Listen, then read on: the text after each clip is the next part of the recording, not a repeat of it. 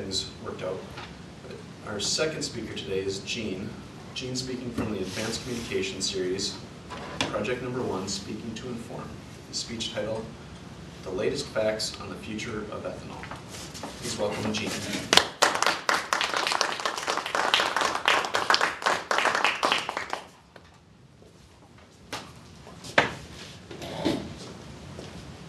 Mr. Toastmaster, fellow Toastmasters, and most honored guests. University of Minnesota just completed a study on corn-based ethanol, comparing it to some of the other biofuels. And they came out with a statement that corn-based ethanol is no better than gasoline. It's much worse for the environment. Those are some pretty strong words, considering the fact that Minnesota is a leading producer of ethanol. It's a huge industry here in Minnesota. What they did was they had some of their scientists, some of their economic advisors put together a cost factor that not only included what the cost would be on producing the product, but also how the costs impacted our health and how they impacted the environment. So they took all of this, wrapped it into one, and worked on it very hard. Just come out with this study that had been going on for a number of years. And what they found out was that, well, first of all, here in Minnesota, there's 26 ethanol plants right now that are currently in production. They produce 670 million gallons of ethanol. And there are 26,000 people that are what they call direct employees. And this would take into account, I suppose, farmers that are growing the corn, people that are bringing the corn to market, and then the people that actually work in the processing plant. Of course, the president of the Minnesota Corn Growers Association, he took issue with that. He said that the University of Minnesota has never had anything good to say about corn-based ethanol. Apparently about a year ago, the university issued another statement that said, well, if everybody, all the farmers are going to start clearing all their land, cutting down their forests, and planting nothing but ethanol, or excuse me, corn for ethanol, there's going to be nothing left. It's going to be a tremendous blow against the economy, and it's going to be very bad for the landscape, for one thing. And it's also going to have a negative impact on the environment. As far as the health issues are concerned, apparently corn, even when it's harvested, releases microscopic particles into the air, similar to soot. So when it's harvested and also when it's being produced, there's microscopic spores that go into the air, and apparently these have been caused, or known to cause, some problems with health, especially respiratory problems. The study concluded, just jotted a couple things down here.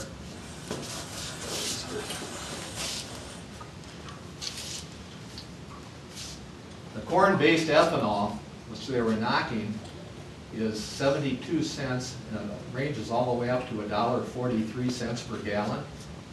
I think that ranges because there's such a disparity in the price of a bushel of corn that varies on a pretty regular basis as well. Gasoline came in at actually a penny a gallon cheaper. We're showing that after this is all putting all these different factors into place at 71 cents a gallon. Now the new kid on the block is cellulosic ethanol, and I had never heard of this before. I didn't know if anybody else has.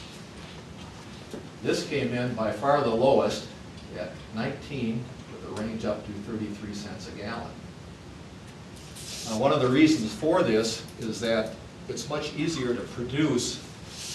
When they're using corn-based ethanol, they have to use a tremendous amount of electricity to produce the product itself. Now with cellulosic ethanol, which is actually a plant-based ethanol, it's grown from what they call switchgrass, so they're utilizing different types of things that they're experimenting with, and this seems to be working out quite well. In fact, when they're producing the product, they can actually use the waste material to generate the power. So they came up with a great idea there.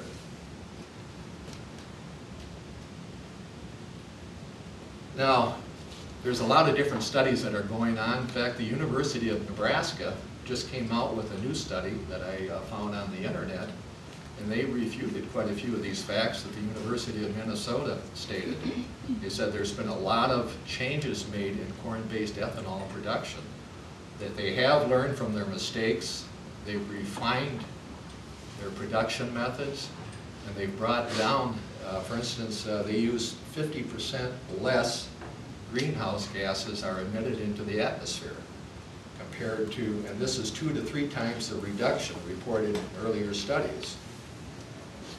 They also show that before they used to use a tremendous amount of gasoline to produce the ethanol, but now they're showing that 1 gallon of gasoline is all that's necessary to produce 10 to 19 gallons of ethanol.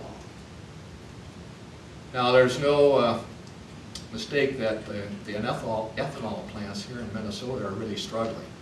Obviously the cost of gasoline, since it's gone down below $2 a gallon, there's just a smaller difference between ethanol.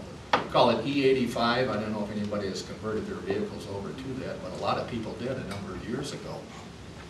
Right now it's about 20 cents a gallon difference between regular gas and E85. Where a year ago, when gas was up at $4 a gallon, you could buy ethanol for about 75 to 80 cents a gallon cheap. So there were a lot of motorists that took the time and took their vehicle in, and they had a chain so it would accept the E85 blend.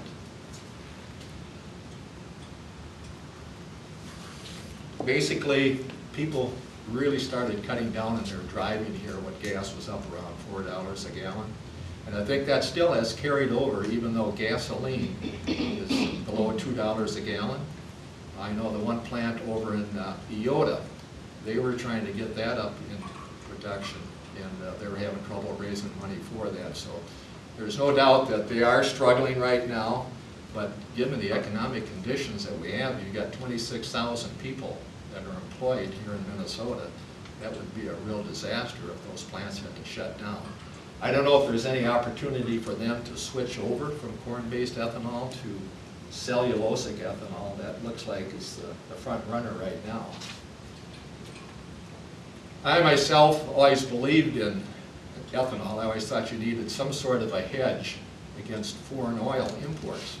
And so when they came out with this, I was all for it. But as time went on, we found out that really wasn't as cheap as we thought it was originally. But I think if you give the American people that work on this a lot of credit, because sooner or later they normally get things right. So I would say the jury is still out as far as where this is going to go, and you'll have to be the judge. Mr. Toastmaster.